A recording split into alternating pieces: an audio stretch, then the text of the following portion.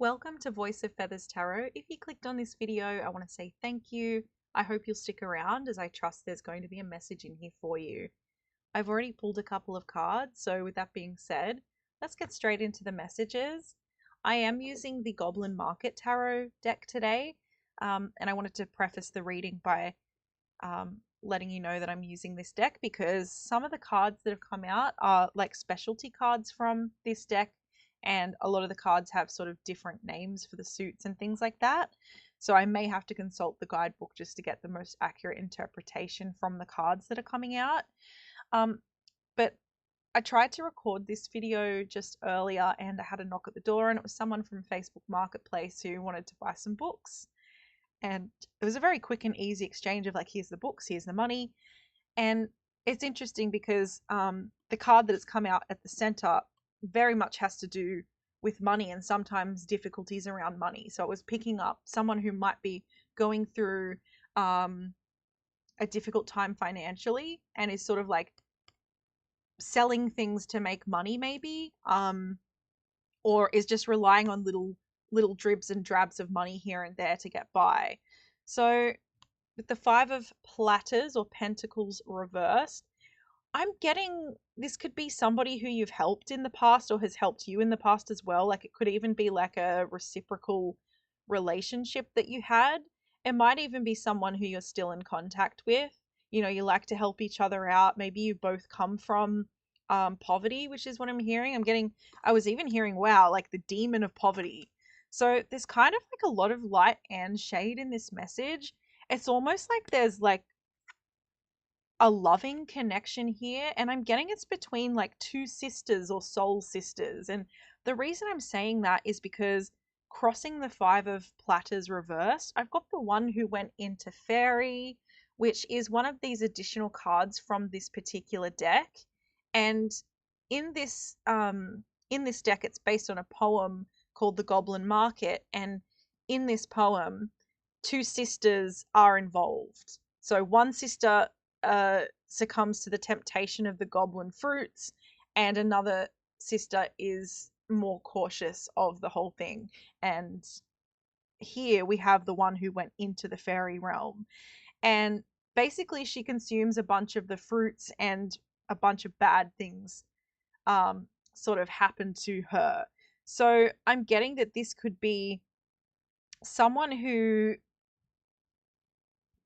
I don't know, out of a period of like desperation or something like that has succumbed to maybe like a substance abuse issue, or is just engaging in risky and impulsive behaviors if it's not to do with substances.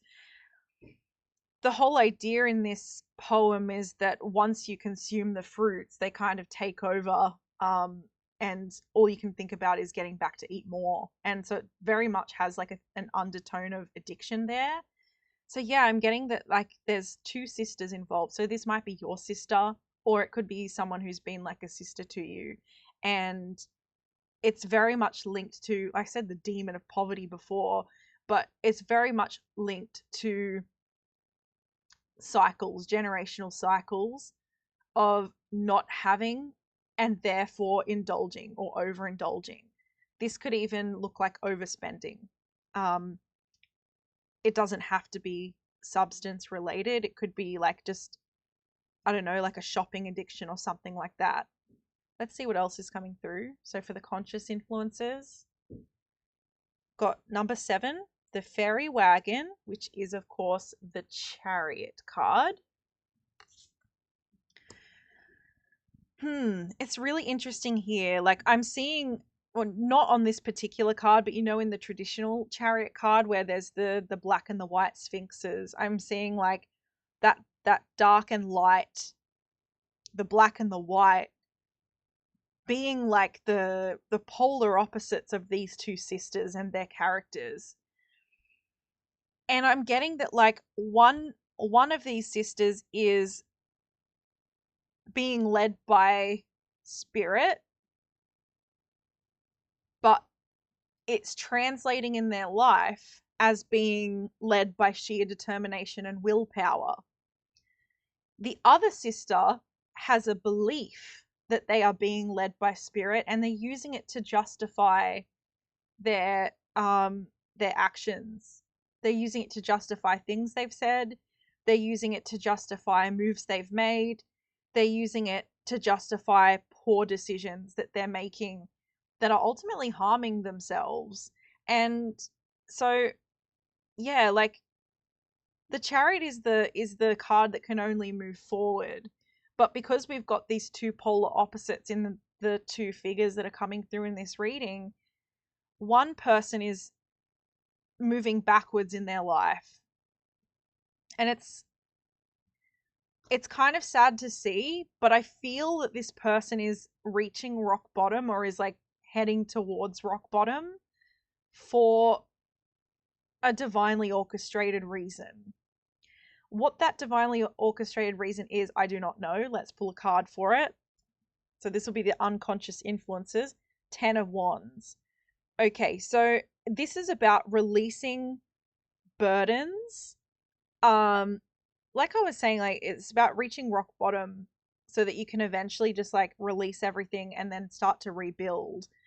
Uh it's almost like I see these flames around there. I'm seeing like someone just setting their old life ablaze. Or this is what's coming up for this person or for you. Yeah, I'm just getting like a real need to start fresh. There's a number of different ways that we can do this, and I'm getting that for one sister it appears that self-destruction is the way that they're attempting this. They feel that it's spirit-led, but I'm not too sure what the result of that is going to be. I want to know why it's important for you to be receiving this message. um I feel that it relates to the past, so let's pull the card for that. It's the Fallen Tree, which is the Tower card. So there may have been disruptions in this connection, this sisterhood, um, whatever relationship this is. I'm getting it's between two feminines that could be related or are related by soul tie. Oh, I'm seeing a lot of like death and destruction around that tree there. So it's like a really huge falling out.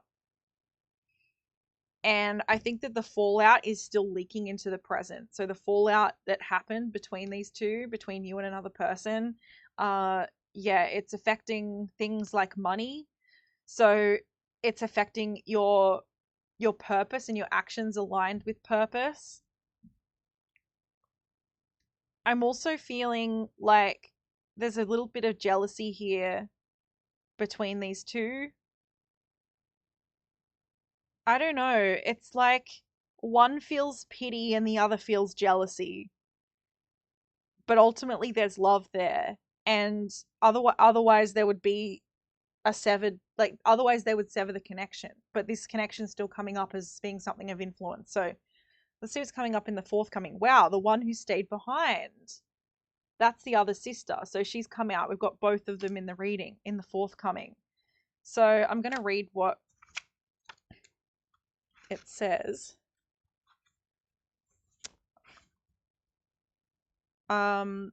I can't remember if I read the other one out as well or if that was when I tried to record it initially.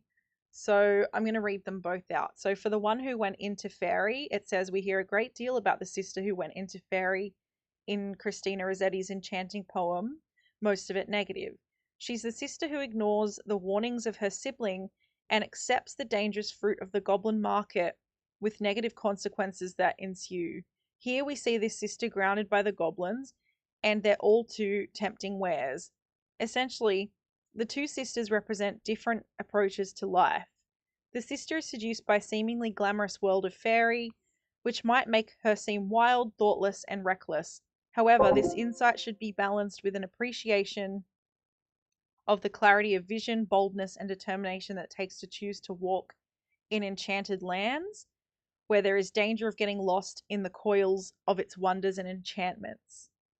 For the one who stayed behind, you would be forgiven for seeing this sister from Christina Rossetti's remarkable poem as someone who turns away from the risks in visiting the goblin market simply due to being ultra cautious. Yet we should not forget that her caution is driven by her own vision and understanding. She does not simply turn her back on the fairy realm, she sees it clearly as a place that is both perilous and that offers the potential for wisdom and change. Her capacity to see things in this way affects her power over the goblins there, to the extent that in the imagery of the card, we see her scattering the goblins and their fruits. Nor should we forget that in the poem she continues to watch and wait for her sister from outside, suggesting a strength of will that guards her from rushing in, and also that in the end she does cross the border between worlds in order to bring her sister home, suggesting great loyalty and great courage. Wow. So I see this as like a situation where one sister has tried to tell the other that they're being, I don't know, they're putting themselves at risk, and they've told them and they've told them again, and they've tried to offer their advice and their wisdom, but the other sister hasn't listened. And so eventually, like the one who stayed behind, she's had to watch from the sidelines, and she's had to witness terrible things happen to her sister. But she knows that it's almost like trying to save a drowning person. If you're going to drown as well, then it isn't necessarily a helpful thing to do. So, yeah, I see that like there's been a disruption to this connection between these sisters. But I was talking before about how there must still be love here, because otherwise, why wouldn't they cut the cord? So, what I'm seeing here is that the one who stayed behind, uh, she's actually acting like a lighthouse at the moment. This could be you in this reading. So this could be you who's watching this reading. You might be having to sort of stay on the sidelines of someone who you love, their life, and watching things play out, because you know that your interference could potentially just make things worse. But you're being a lighthouse for them, in that eventually they're going to see the way, as long as you stay strong and you keep yourself safe. But I'm hearing that like you have been there to pull this person out of some tricky situations before.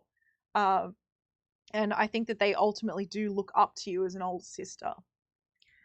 So that's what I see happening in the forthcoming, is like a culmination of this dynamic. So I got like a falling out happening between two people here, and the fallout from that has continued to influence things and influence each other's paths in life. In the forthcoming, there's going to be some sort of reconciliation.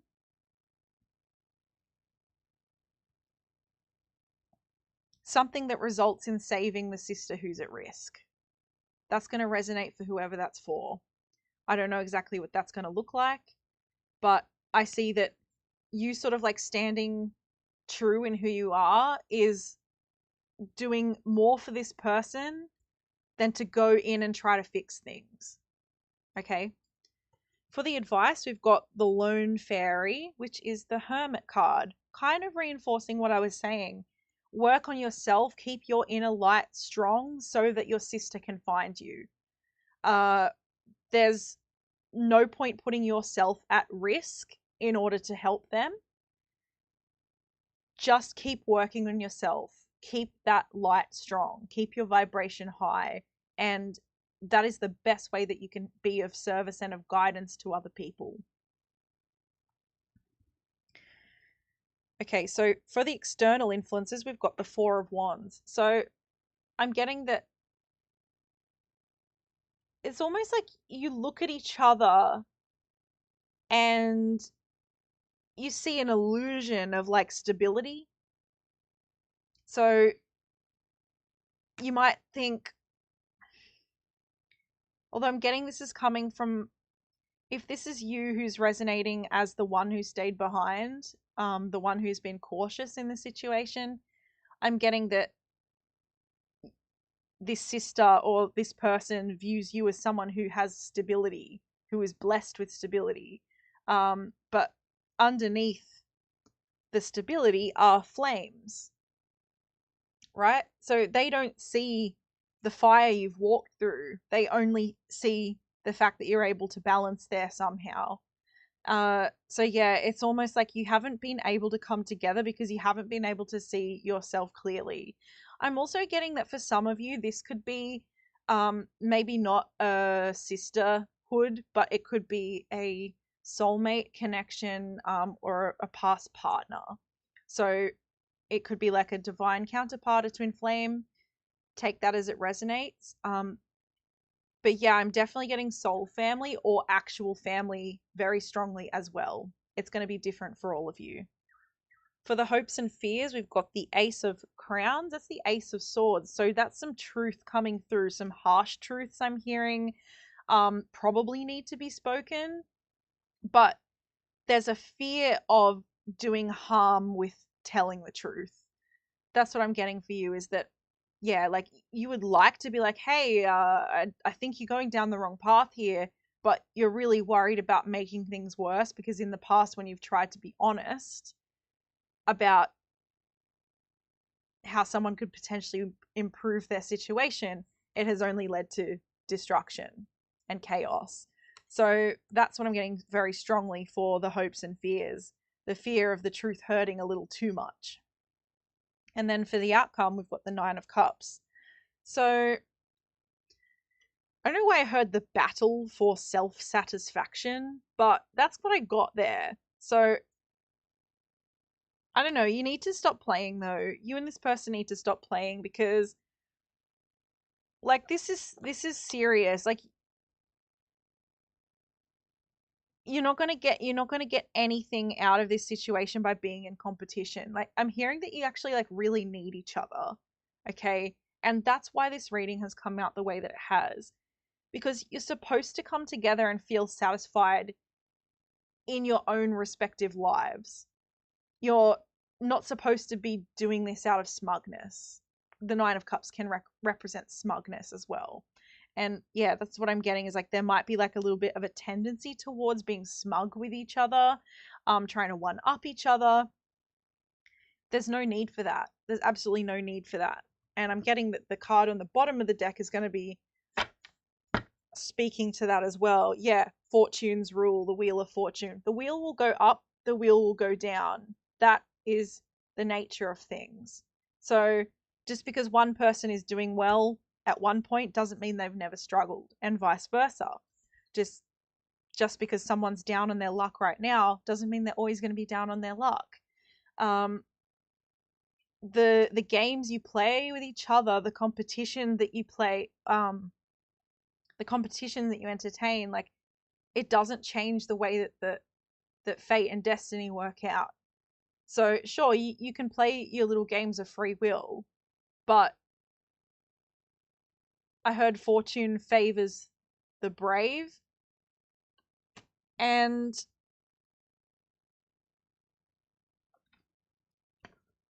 I don't know why I heard courteous then. The brave and the courteous. So it was like not the brave and the courageous, but the brave and the courteous. So I want to get one more card.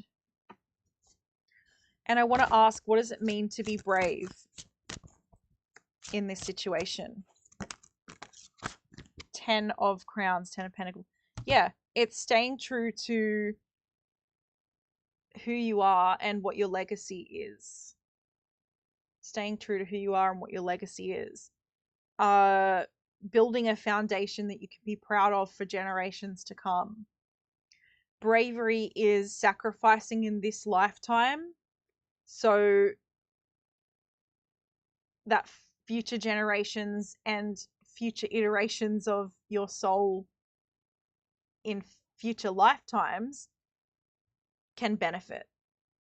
So there's definitely like a legacy between you and this person. You're supposed to do something together and leave something special behind in this world. This definitely could be a romantic relationship or a soulmate relationship, or it could just be someone who you have a deep soul bond with. So that's what bravery means in this situation. So yeah, I hope that that found who it was meant for, and I trust that I'll see you in the next one. Thanks for watching.